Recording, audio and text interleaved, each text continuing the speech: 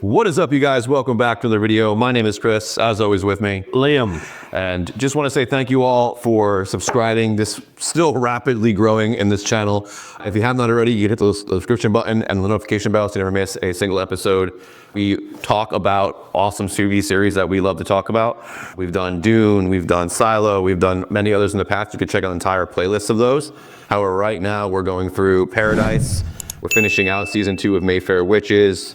We just picked up Invincible season 3. So if any of those are appealing to you, if you enjoy discussing, going into theories, sharing your opinions about those in the comments below, then you are in the right place. Welcome.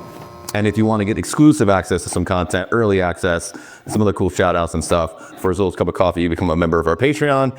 And that absolutely helps us with video production, getting these out, and really just staying on top of it. So thank you guys all. Without further ado, let's dive in, because we've got one of our favorite shows going on right now, Paradise, and we're on episode 6.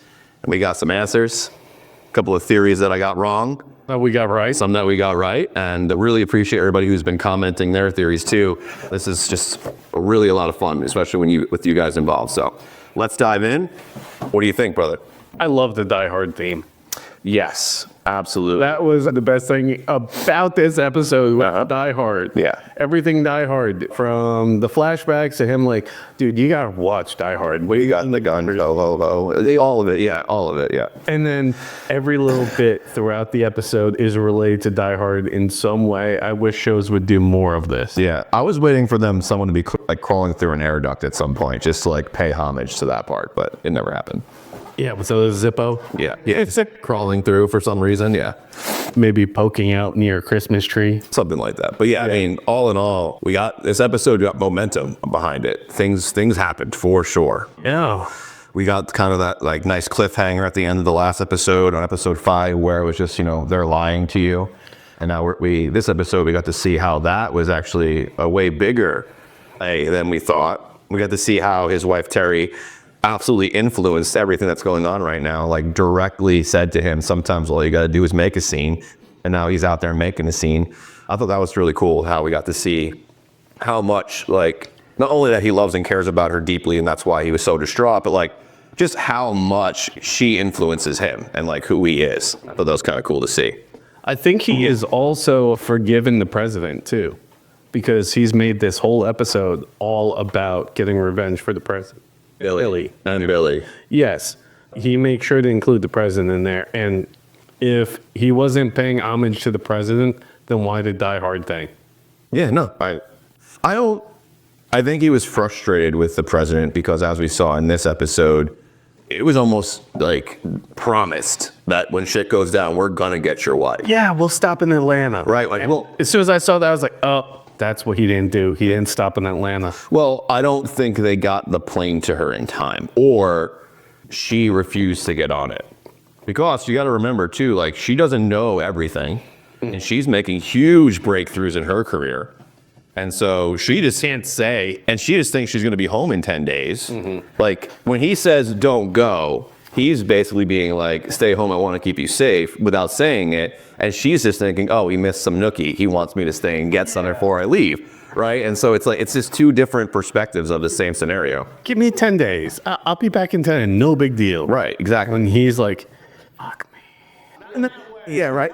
Well, I don't think that's the right phrase for this context. It's too confusing. But yeah, so that to me was kind of like, he's coming to terms with the fact that Cal kind of broke that promise. But at the same time, I don't think he has the knowledge, obviously didn't have the knowledge yet, based on this episode, that his wife could be alive. And Sinatra, being the manipulator that she is, yeah, I was going to call her a puppet master, but yeah, manipulator is great, is using that information to keep herself in power, keep herself in control, and also keep herself alive, because who really knows how far X would go right now. He's pretty pissed off. Someone mentioned nukes on Atlanta or something like that. I heard that. They dropped 2 on Atlanta. That's what they said. Yeah. So either she wasn't in Atlanta, or they did get her and the plane went down someplace else. That's very feasible, right? Like Cal did send the plane, right? He sent to like rescue her. Just too late. It just was too late, right? So the X thinks the plane went down or it never actually happened, but whatever. I don't think we have a full story on that yet. So, and then we actually found out that's why Presley, the daughter, was so curious about the tablet in the first place. It wasn't anything sinister. It wasn't anything. I had the theory that maybe she found out information and kind of killed Cal on accident. Not at all the case. She just wanted to play some Wii with Billy. So whatever happened, yeah. And we've been hinting that since episode 1, that they would turn the cameras off and all would play Wii and like just kind of get a semblance of like being back in the real world where it's like video gaming with no cares, right? Which I kind of thought early on it was a cover up for them to have their affair. But obviously if Presley's there, it's not an affair. It's actually them playing Wii. And they were sleeping together, the 2 agents, Dilly and her, but I think it was very innocent with Presley. I don't think there was anything nefarious going on there. I thought maybe she did actually find out information and lash out, or something more sinister was going on, but I don't think so. She's just an innocent girl who's caught up with this tablet. This shows another reminder that short chicks are extremely evil. Oh, gosh. Anyway, so we also find the grandpa in this episode coming through, as you mentioned in our last episode. Is he just kind of going to be the guy who's like our information giver, kind of like our Solo and Silo?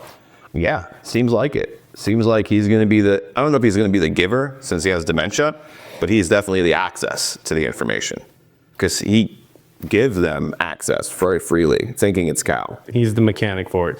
In other ways, he's the tool that they're using to give all the information to everyone. And so, yeah, that still stands up so far. We'll see how much more that will actually get. Now, speak of that short little agent, did she ended up taking the daughter? She basically kidnapped her. She has her as collateral right now, I think, for Sinatra. Yeah, but we don't know whether she's being held against her will quite yet. Because if she walked away and I'm thinking, oh, you just kidnapped yourself. Yeah. So we do know that Jane, I believe that's her name, is... And he's got a gun. Nefarious. Like, she's evil. She can go from the bubbly, innocent, like, intern, basically they called her. Or what did that one woman, Robinson, call her? She's basically a glorified something, she called her in the one scene. Secretary? Yeah, basically, yeah. That's all an act. She's actually a cold-blooded freaking killer. Assassin, almost like a Black Widow, if you will, where she's using poisons and more like spy espionage than actual brute force or like weapons proficiency. But her mission was to locate X. She couldn't locate X, so she said, I'm going to find another way to do that. That's right. So she's going to... At the very least, the daughter is going to be used as collateral to get X to do something. Mm-hmm. Yeah. Well, kind of hard to get him to do much, but with the daughter as leverage, it will definitely make him rethink a few things. And not to mention, he's got his little militia going. Mm-hmm. They raided that armory. And when I say raided, they took every fucking weapon, scrap of ammo, everything.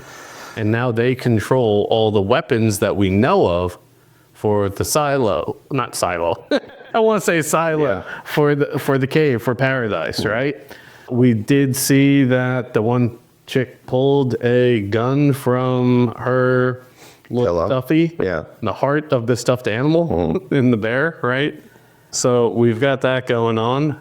We've got the president's son with the tablet getting ready to tell everyone everything.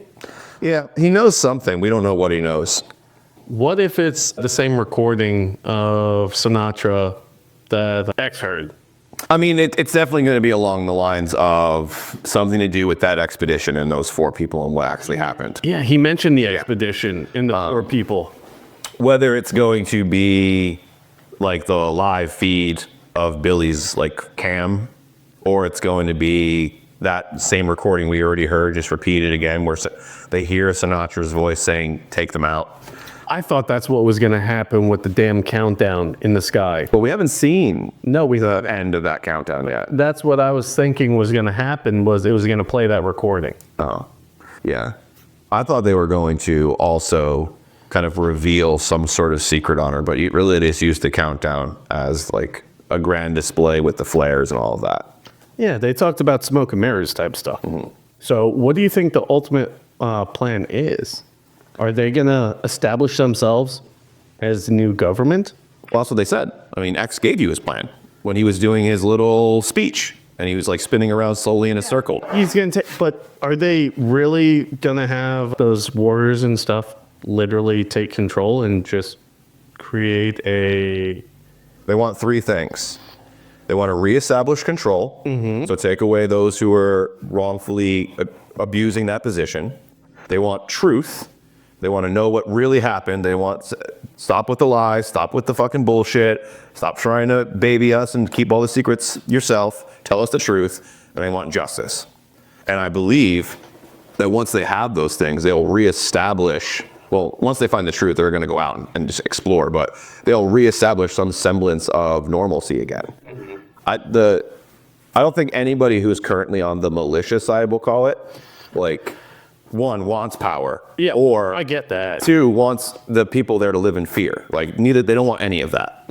That's why they even said, like, keep the guns to a minimum. Like, don't even show them unless we need to. Like, we're here to very specifically frighten these people, not everybody else.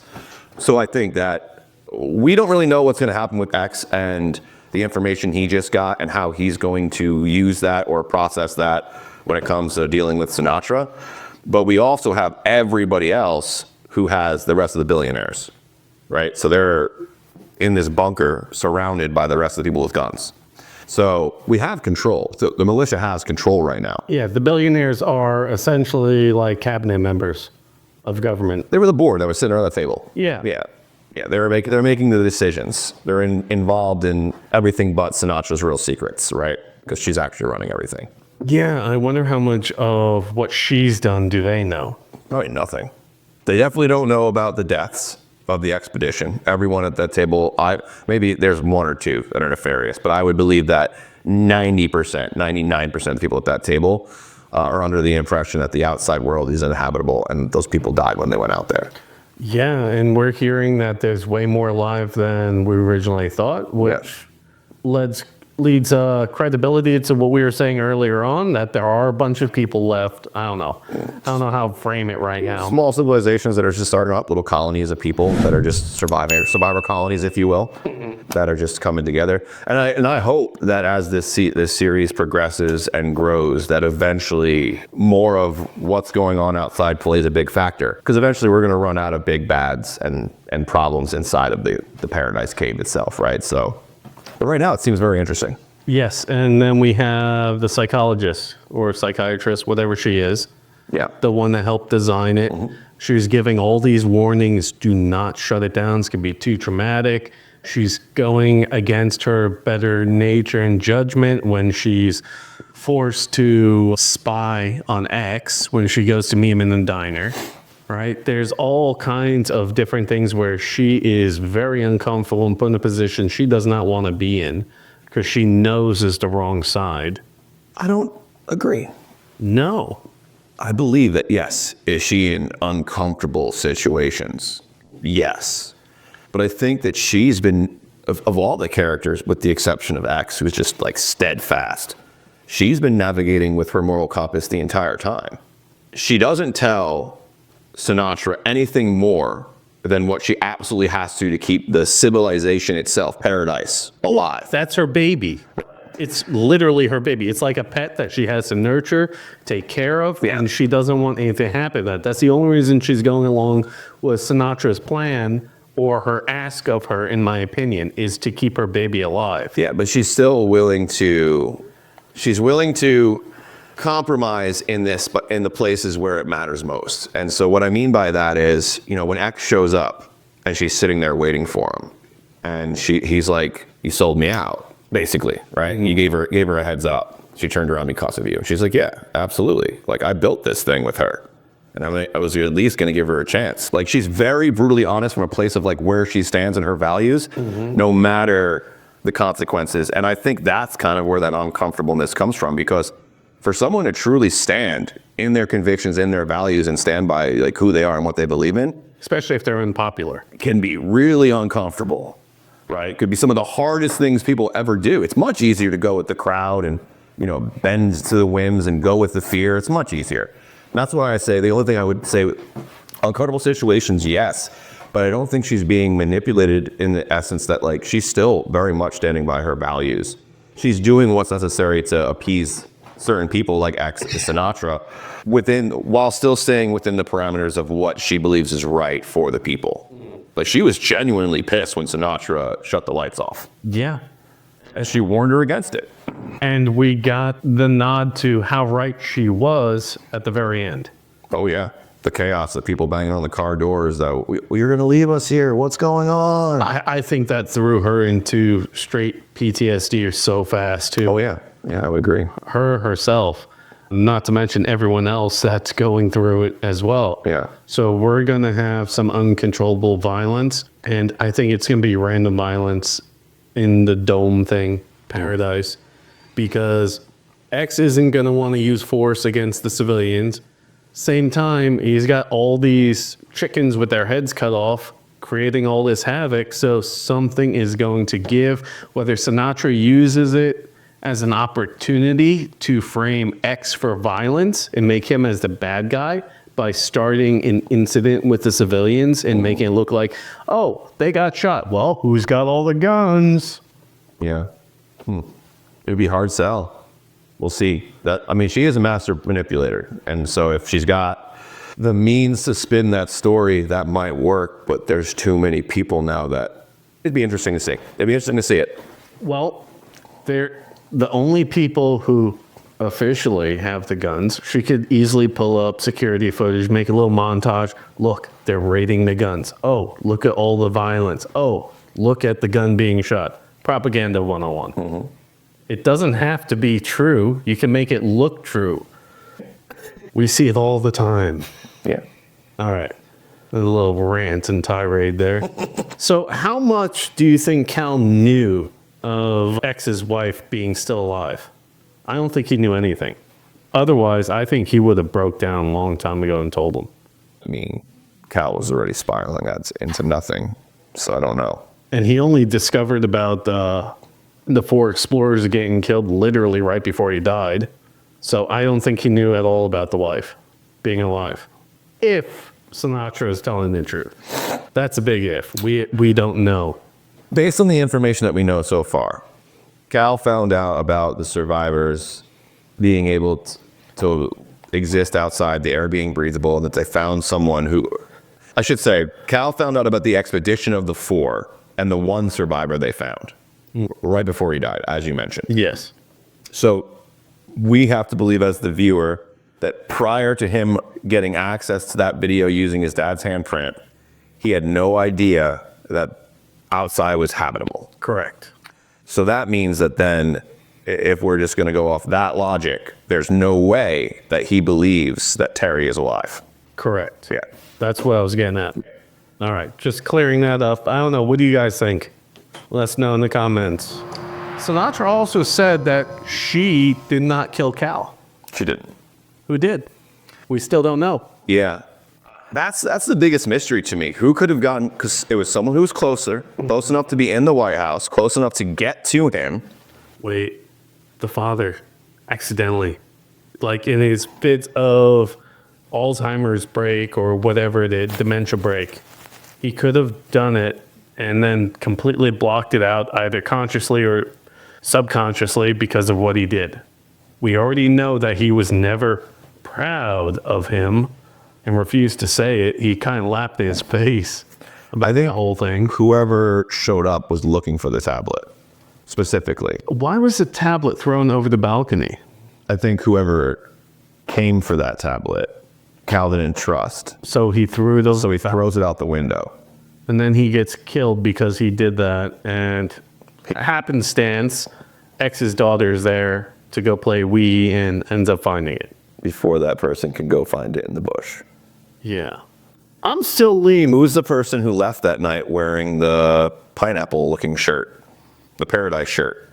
I don't recall. So, You guys know? So that's the killer. Pineapple shirt? Whoever was wearing that, like, almost maintenance onesie. You know what I'm talking about? No. So There's a scene where they start connecting the emblems. Do you remember that scene? Not specifically. Okay. So it almost looks like a pineapple, the emblem itself. It's like this thing with like a leaf on top. I think it's the symbol for paradise. Let me know in the comments, guys, if you know what I'm talking about, like if you know what it means. But it's on the very top center, like center shoulder blade of the guy's maintenance onesie. As he's walking away, you can see it. No, I don't recall that. And then it's directly connected. It's on every file that's inside the tablet. So that's why I thought maybe it was just like a maintenance thing, and that's like the Paradise logo for like the community. But whoever was, It makes sense because pineapples grow underground. and then they're also a symbol of like tropical paradise. Yeah. That's what I'm thinking. But whatever that emblem is, it's directly associated with the secrets inside the tablet, and then also the back of that person's uniform. I'm telling you, it was like a maintenance onesie, one you would put over your clothes and zip up so your clothes like don't get dirty. Like that's what he was wearing. And he was even walking with like a tool thing in his hand. But it was nighttime and you only see the onesie because he walks through the floodlight. I'll have to go look at that one again. So it's during that part of the episode where Cal's dad gives them access to the tablet. Because they can look at the tablet and they can also, you can see what's on both. I don't recall that part at all. You have basically Sinatra has lost control. We don't know if using Terry with X, his wife, being alive, if that information is going to be enough. But we also have Presley is getting kidnapped by Jane. So Sinatra does have two pieces of leverage against him that may be enough to stop what he's doing and get her back in control. But the militia that he's built up of other agents and trustworthy people do have all the billionaires. And then Robinson's there too, who used to be the head of security and Cal's former girlfriend.